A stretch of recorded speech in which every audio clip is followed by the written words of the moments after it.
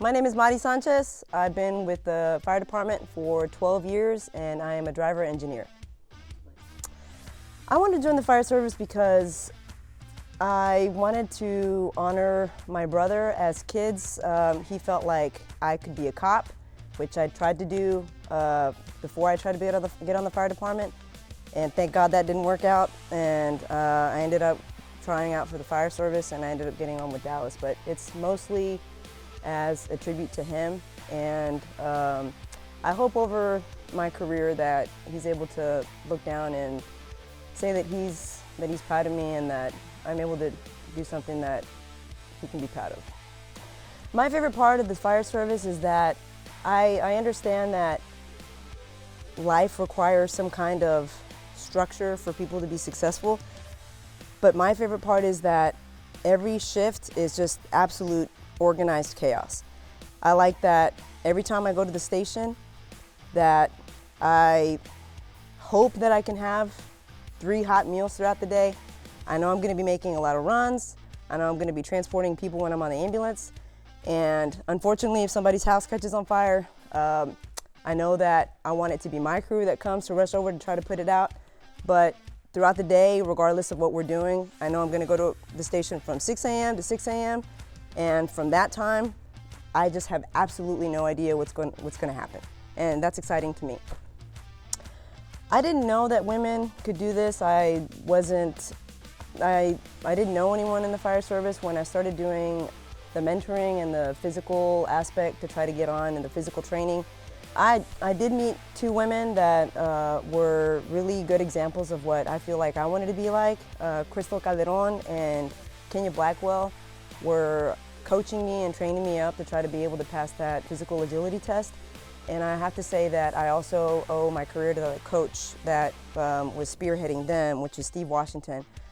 Those 3 individuals, I feel like I completely owe my career to them. And so I'm grateful for the time that I had with them. And I still talk to Kenya and Crystal, and I really do owe them my career. I feel like the women who put themselves out there to try to coach and train other women to join the fire service do so with the hope that the women that are capable of doing this job can stand up and set themselves apart from other women who probably can't do that. And I'd say the same thing about males too, but it just takes a special kind of person to do this overall. And I think that when I go out there and I help train up other individuals and females specifically, they're going to set themselves apart, and those are the ones that I want. The ones that want this as much as I did and are going to do anything and everything to show us that they belong and that they deserve to be here. I feel like the culture has changed somewhat because I do feel like when I came on, and even a couple years before me, I don't feel like women, they were still being accepted, but I feel like since I've gotten on, I feel like there's been more of an embrace. I do feel like that can be specific. It does take a lot of hardworking females to try to get that perspective changed. And I want to say that I know a lot of females that have really just worked their butts off to try to get that respect from the guys out in the field. And not just for females, but for anybody across the board. If you're a hardworking person and your work ethic can speak for itself, then you're going to get respected in this fire service. The strengths that women bring to the department, I feel like you have to have thick skin to do this, but at the same time, you have to have a soft, gentle touch, because you have to have, for specific calls, I feel like it's helpful or beneficial for whenever I'm on scene. And I've had several calls where I've had a partner or the guys on scene say, "We're so glad you were here," because it just adds that extra sensitive touch that I feel like a female can bring, especially for certain kind of calls. So I do feel like it brings just like a necessary soft touch when it's necessary, when it's required. I think that people like this job and love this job is because, for me particularly, I feel like we have a lot of pride. And my station, we train, we talk about runs, we try to share the knowledge that we gain after specific calls. I have a captain that I would follow to hell and back just because of his leadership style. The crew that I have, and we have a lot of years on a crash vehicle, but the thing that I think is, the thing that makes it a love for everybody is just who you get to work with. And for me, like, I see these guys more than I see my own family. And so I call them my fire family, but they're just as close as my actual family. What this job means to me is, I feel like it's a constant test of like fortitude. So fortitude, I feel like, is the foundation for so many other things.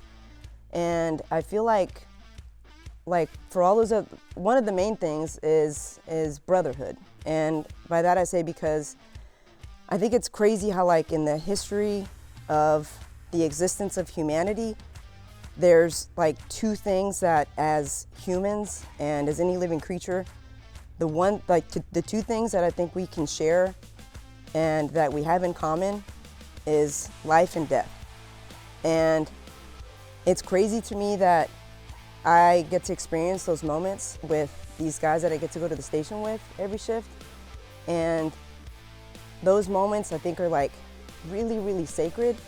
So whenever you're in those positions, in that situation, it causes like this bond that I don't think you can recreate that anywhere else or with any other career or position. It's just, to me, this job means something sacred, something like bigger than myself that I just can't imagine doing anywhere else or in any other career field. Every once in a while, we get to actually make a difference and like really, really change somebody's life by actually like haltering, we get to make a difference by actually saving somebody's life. And that's really cool whenever you get to go to the station and you say, can you believe that person was dead and we actually did something to bring them back? And we hope, like, I never get to hear a lot of the time like what the outcome of certain things was, certain outcomes of certain calls, but sometimes you do. And those are always really, it's always really fulfilling when you get to hear about your calls.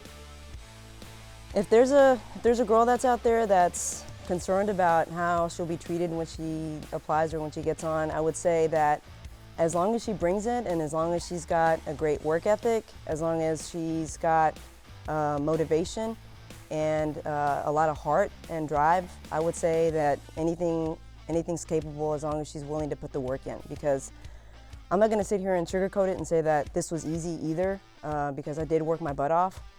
Physically, we have to be able to still do the same thing that the guys do. Whenever you got all your gear on and you're out there working, and if a chief tells you to go do something and he doesn't know if that's a girl, if that's a dude, then we both have to be able to do the same exact thing, whatever we're needing to get done. So I would just say, you know, get ready to do some work, and at the end of the day, it's all worth it, I promise you.